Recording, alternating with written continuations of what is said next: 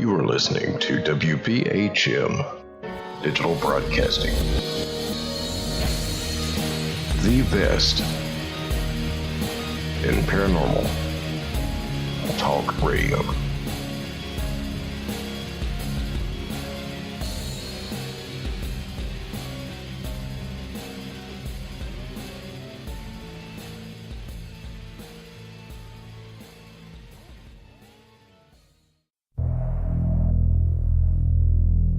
Welcome to the Paranormal Experienced Radio Show with your host, Kat Hobson. We are here to learn all we can about every type of experience within the paranormal. There will be interviews with seasoned investigators of the spiritual realm, including ufologists, cryptozoologists, psychics, mediums, authors, and creators of technology, and others with credible knowledge to share.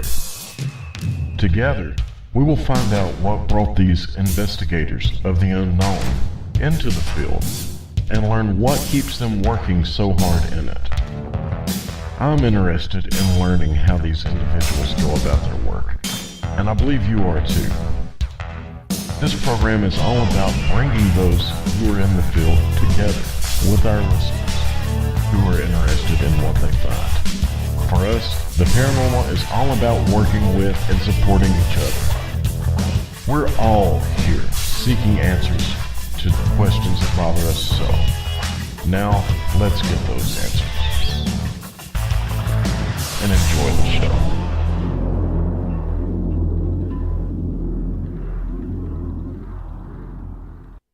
Good evening and welcome to Paranormal Experienced Radio here on WBHM Digital Broadcasting out of Birmingham, Alabama.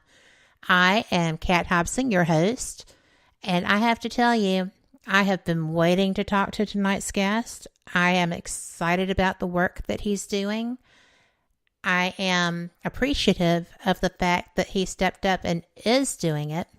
And if you have ever watched any paranormal show, you have seen this facility.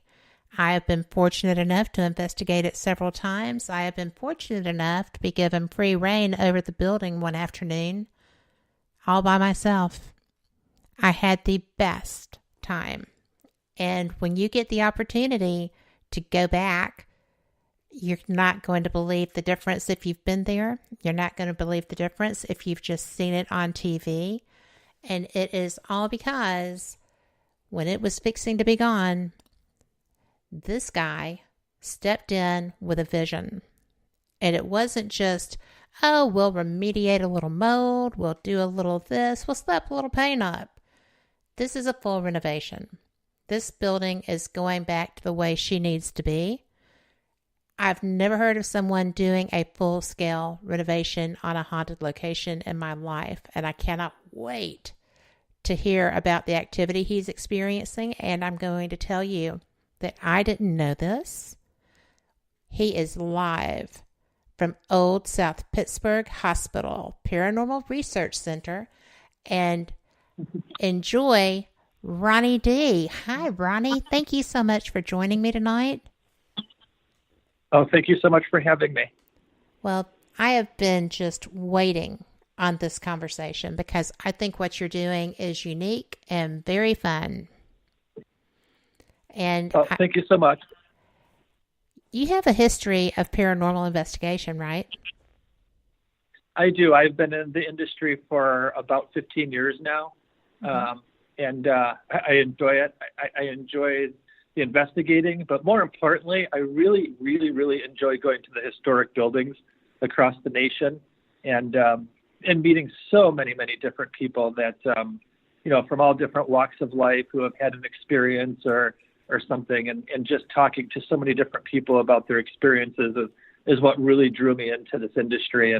But like I said, most importantly, I love the historic aspect of a lot of the buildings that we investigate. And I think that's what really what really brought me into the paranormal. And the paranormal is a lot of fun, but learning the history of the buildings is every bit as much fun. Oh, yes, it is. I'm a researcher by nature, so I think it's fun too. There's so much history with your facility. I mean, from back in the, 1776, 1778 with the Cherokee, and then coming on through into the Civil War era. Then, actually there was a plantation and then a hospital. And I have Correct. to tell you, in all fairness and full disclosure, I used to live in Tracy City for a year and a half. Oh, okay, right down the road. Up the road. It's way up as far as sea level. But I have always been fascinated by the Old South Pittsburg Hospital, and I have never left disappointed. It is one of the buildings that, and I'm here now, I'm sitting on the front porch actually, looking out on the South Pittsburg, talking to you, because everybody who's investigated here knows that the reception isn't exactly the greatest in the building. That would be true. I will tell you that out of all the buildings I have visited, this is second to none in terms of activity, in terms of just good old historic Tennessee value. This building is just so storied and just so beautiful. And I think one of the things that, when I'm on a lot of the shows and stuff is, this is, and I think you will agree, this is one of the buildings that you walk in that front door. Well, you will now. When you walk in the front door, it just grabs you and it pulls you in. And, there's only one other location in America that I've actually been to, and that's up in Newcastle, Pennsylvania, and that's Hillview Manor. But those two locations, this one and that one, are just, I don't know what it is. I don't know what the catch is, but you walk through the door and you just feel like I'm home. And it was one of the reasons why I really seriously started looking into purchasing the building actually quite some time ago. Didn't work back then, but for some odd reason, all the stars aligned. I met some of the greatest people in the world out here in Tennessee, in Renee and Heath and Shane and Darla and Daniel. And my team is just so deep. And they're some of the neatest people I think I've ever met in my entire life. And, the tireless hours that we're putting in, and I just owe them such gratitude. But one of the things that Renee had told me when we sat down, because it was kind of neat when I purchased the building, she sat me down and she looked deep into my eyes, and I think she read my soul, and she looks at me and she says, "You know what?" She says, "Ronnie, for some odd reason, this was meant to be." And, I have to admit, when I first purchased the building, it's a huge, just a taking that we're all doing. And I was really scared. There was a point in time where I'm not going to lie and say that there were sleepless nights, and, I was laying in bed going, what the heck did I get myself into? And I'm sure. Those were the nights when I called Renee and we talked on the phone, and she's like, "You know what, Ron?" She says, this is meant to be. She says, "I feel it in my heart." And she's been my biggest supporter. I've been her biggest supporter. And I think the two of us together have kind of gotten new life, not only in the paranormal, but just new life as people. And I think it's really neat. And I think the challenges that we face on a day-to-day basis, whether it's pulling down a wall or replacing ceiling tiles or, putting new floors in, it's a challenge that at the end of the day, Renee and I kind of look at each other exhausted with all of our volunteers and just like, wow, it's just night and day difference.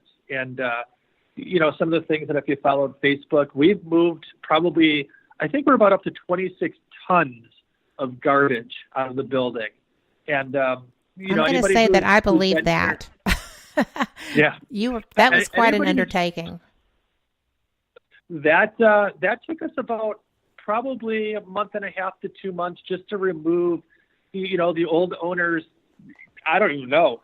And the numbers I always talk about, I always get them a little confused because but I think to date, we donated about 100 Christmas tree stands. We donated, I think, upwards of about 70 or 80 garbage disposal units. These were all stuff that the old owner had stored in the building. And this is all stuff that we had to fight through to see the floor. in part of the hospital and in many parts of the hospital. And I know a lot of people who follow us notice that there's 2 bathrooms now that are actually working, and they're on the first floor. I think we removed probably about 700 rolls of wallpaper out of those 2 bathrooms. And those are the challenges that, that we all did. Yeah. And, we found out just going through a lot of the paperwork that there was a pet store in here. There was an antique store in here. There were people living in here. This building, not only as a hospital, but it also as part of Tennessee has had so many different aspects to it. And, as we go through the paperwork and we find stuff and we talk to locals, it just never stops surprising us at how many different faces that Old South Pittsburg Hospital had. And I'm really excited. I'm really excited to be part of Tennessee and South Pittsburg. And I'm excited to be part of the paranormal, field again. And I can't wait to share everything that we've done with the building with people who are excited to come back. Well, I do know that most of the people I talk to are sitting there with their toes tapping, waiting on you to open those doors. I get 20 to 30 of those a day. I'm not going to lie. I think a lot of my time during the daytime is spent sending emails to people. When are you opening? We're dying to get back in there. And all I can say is that we're working. We're working really hard. I mean, I'm here now. I'm taking a couple hours out to talk to you, and then I'm right back in there again. And we'll probably finish up about 2:00 in the morning, go get a couple hours of sleep, and be right back at it. And, it's exhausting. It's tiring. At the end of the night, my back and my hands are so sore. But like I said, we stand back and we look at what we accomplished, and it's just neat.